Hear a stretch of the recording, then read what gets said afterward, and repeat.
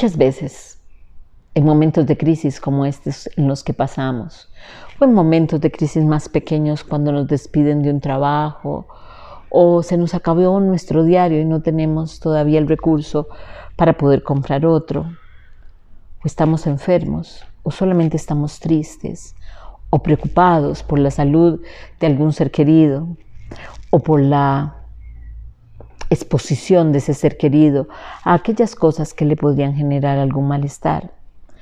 Muchas veces queremos controlar, queremos poner nuestra opinión, queremos poner nuestro mapa y decirle a aquel otro que camine por donde nosotros queremos que camine. Sin embargo, la más de las veces, eso no solamente no ayuda al otro, sino que le marca un camino incorrecto, porque al final es mi camino, o lo que yo creo que es mi camino, y no el camino de él.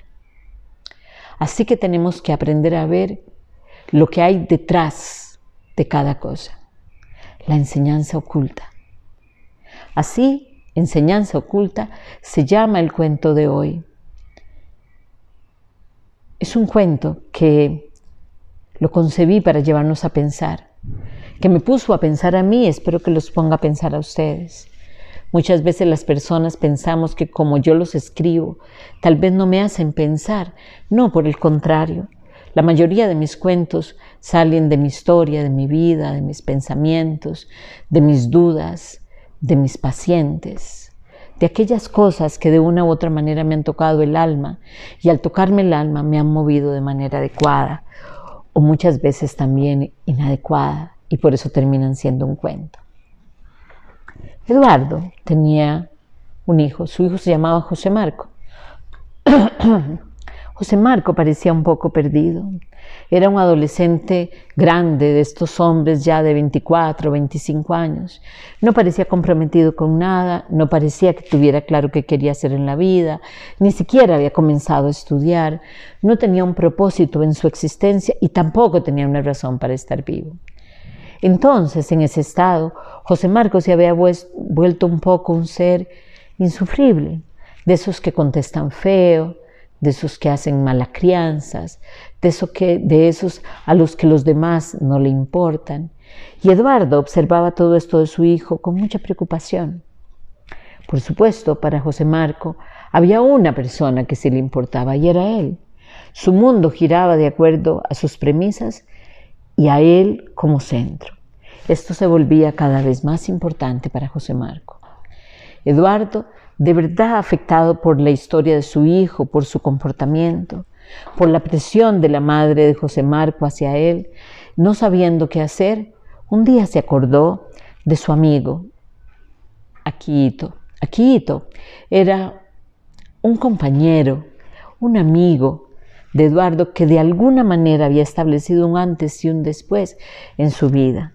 Como casi todos los japoneses, era un hombre tranquilo, relajado, pausado, pero tenía aquella manera de conversar, tenía aquella manera de decir, tenía aquella manera de encontrarse con nosotros, amigable, amorosa, cálida y paciente. Tenía la cualidad de hacer a todos sentir bienvenidos. Y cuando Eduardo fue joven, se convirtió en un buen consejero para él. Eduardo no podía pasar un día sin acordarse de él. Le estaba agradecido. Muchas veces durante su trabajo o su quehacer se acordaba de Aquito como aquella persona que de alguna manera le decía una frase, una palabra, un comentario que le iba a hacer crecer.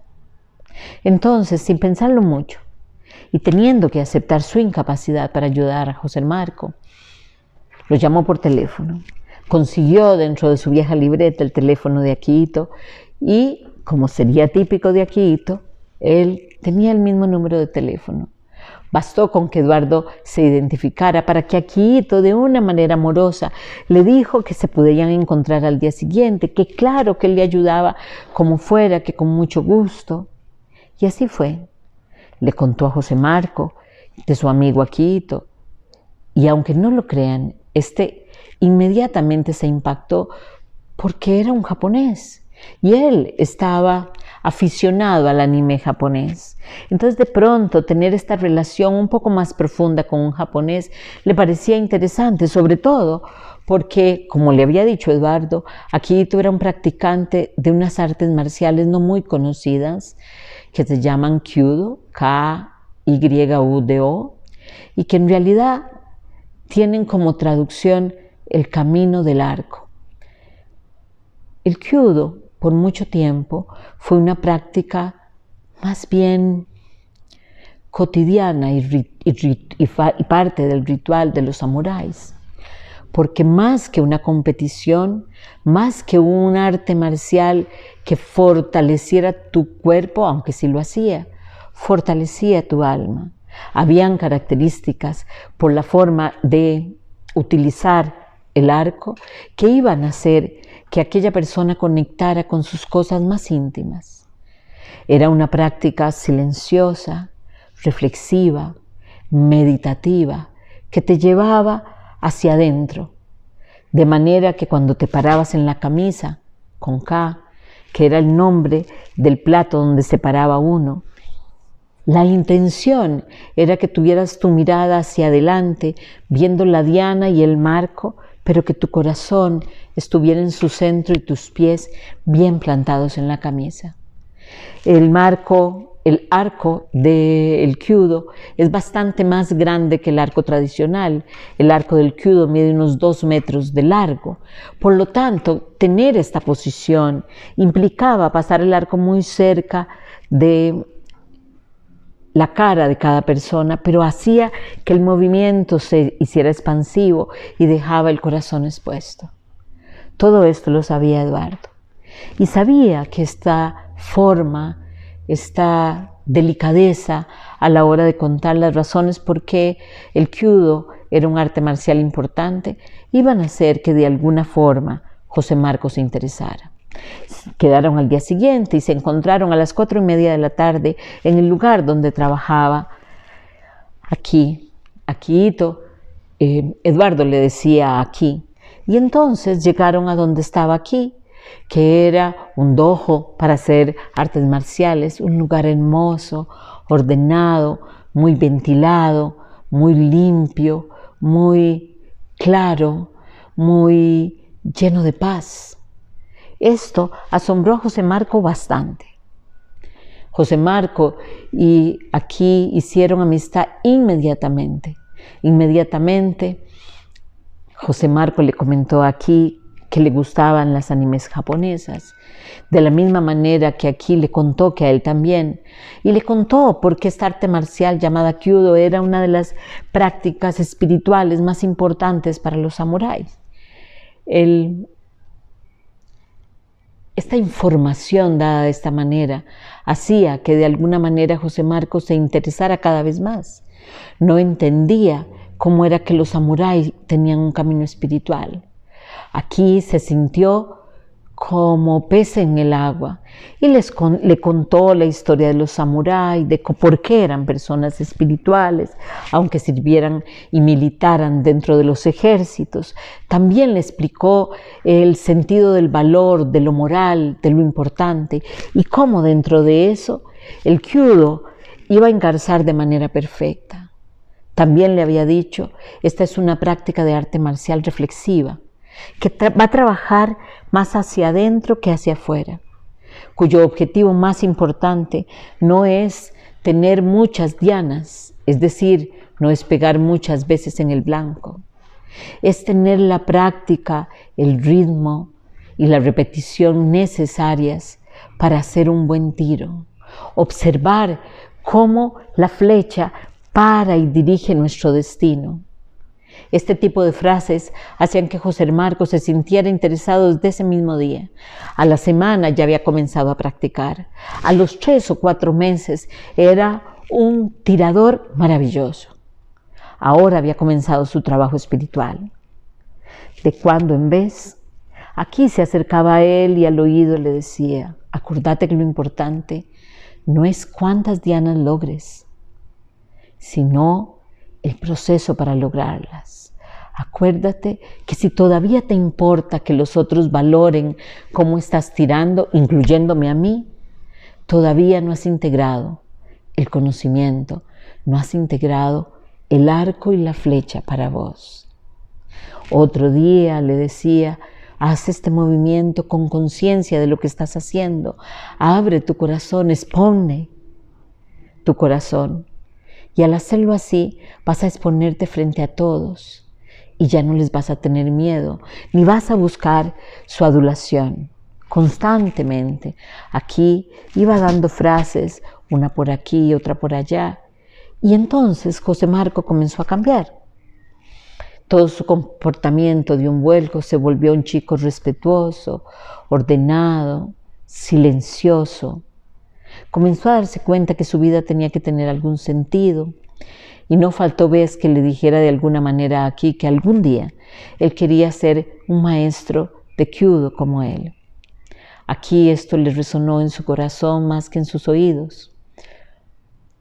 Y con mucha alegría, pero también con mucha fantasía y anhelo, comenzó exactamente a eso, a fantasear con que José Marco iba a ser quien le sustituyera. Comenzó a enseñarle el dojo cada vez más y a enseñarle por qué tenía esta manera, por qué era hecho de esta madera, por qué se colocaban estos paneles de papel de esta forma. Comenzaron a practicar con una vela para que José Marco hiciera movimientos que ni siquiera alteraran a la vela. Hacía que el tiro al blanco de José Marco fuera con una vela al frente para que no hubiera miedo ni angustia. Sin embargo, y a pesar de toda esta transformación que sufrió José Marco, un día alguien, sin entender muy bien por qué, estimuló el ego de José Marco y lo invitó a una competición con arco. Marco muy feliz, José Marco muy feliz, llegó donde aquí para decirle, contarle de su competición. Aquí no pudo guardar su gesto de dolor. No entendía qué había pasado. Tantas enseñanzas, tanto que le había dicho a José Marco y no había entendido. Si estaba interesado en una competición, es que no había entendido que ese no era el objetivo. El objetivo nunca fue la diana, siempre fue la actitud. Entonces, en silencio, contuvo para él esta sorpresa. Sin embargo, José Marco se dio cuenta, pero aquí siguió ayudándole para su competición. Preparó a José Marco para la competición y el día de la competición lo vio ganar 3 veces seguidas y vio cómo el lugar a donde estaba la competición se puso de pie a aplaudirlo y ovacionarlo. Sintió la satisfacción de José Marco, sintió la satisfacción en el corazón de José Marco, pero también se dio cuenta que ese era el último día en que iban a ser maestro y alumno. La razón era muy sencilla.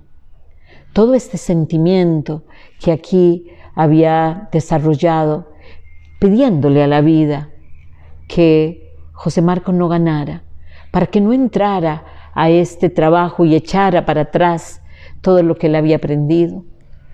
Lo había hecho ver que él también tenía anhelos, que estaba apegado a sus anhelos, que estaba apegado a sus fantasías y sueños, y que estos tenían que ver con que José Marco se quedara con él como profesor y él pudiera retirarse. Y entonces, fiel a su trabajo, se dio cuenta que no podía desear o querer sobre otro, que eso no estaba bien para él, pero tampoco estaba bien para el otro. Y que entonces aquel que había sido su shoden, su estudiante, se había convertido en su maestro porque le había mostrado aquella parte donde él todavía no había trabajado y era el apego a sus anhelos. No había ninguna diferencia entre José Marco y aquí.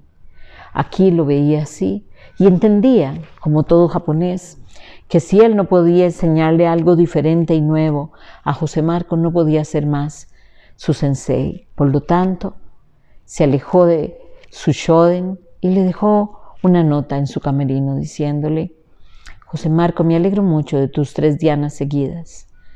Yo sé que no voy a estar ahí para felicitarte. Y también sé que vas a creer que no me alegro. No es así. Me alegro mucho. Espero que sigas tu camino, el que dicte tu corazón. Pero yo me tengo que alejar, porque aún siendo el maestro, te convertiste en mi maestro y me mostraste aquello que no sabía de mí. Y es mi apego, mucho más energético y espiritual. Me apego a un solo camino, me apego al irrespeto y me apego a mis ilusiones y sueños, que había puesto todas sobre ti. Así que te dejo y te agradezco por haber refrescado y de haberme dado la energía para iniciar de nuevo. Y así lo haré. Gracias, gracias, gracias. Aquí. Así, aquí se alejó de José Marco y José Marco siguió con sus sueños. Tenemos que aprender a ver las cosas a tiempo. Tenemos que aprender a ver lo que hay detrás de cada situación, sea hecha o generada por un ser humano o sea una circunstancia de la vida. El universo siempre es perfecto, diría el taoísmo, pero sobre todo siempre hay un orden y un mensaje detrás de cada cosa. Muchas gracias.